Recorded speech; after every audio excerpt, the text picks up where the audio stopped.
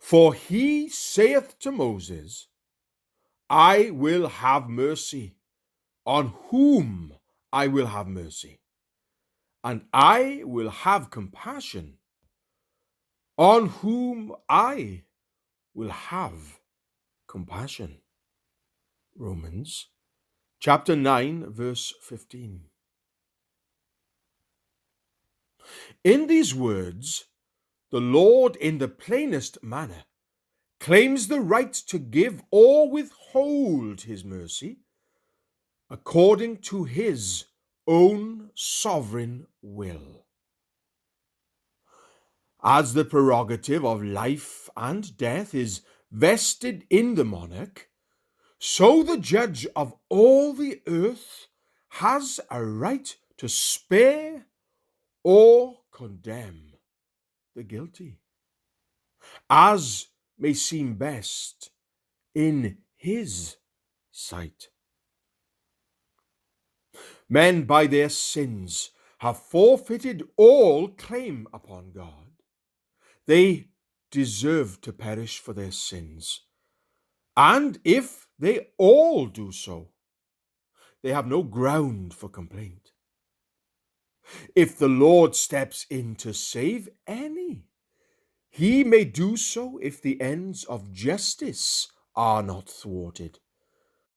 But if he judges it best to leave the condemned to suffer the righteous sentence, none may arraign him at their bar. Foolish and impudent are all those discourses about the rights of men to be all placed on the same footing. Ignorant, if not worse, are those contentions against discriminating grace, which are but the rebellions of proud human nature against the crown and scepter of Jehovah.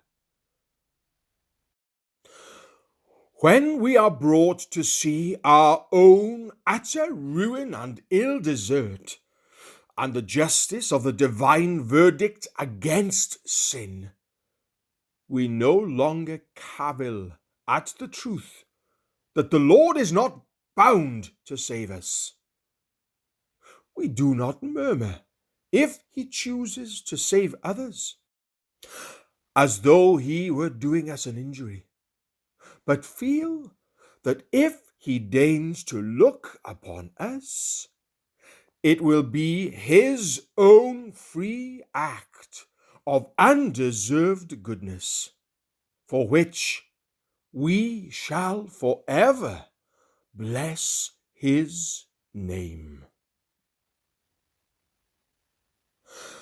How shall those who are the subjects of divine election sufficiently adore the grace of God?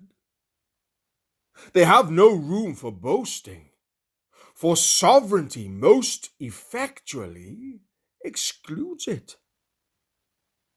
The Lord's will alone is glorified, and the very notion of human merit is cast out to everlasting contempt.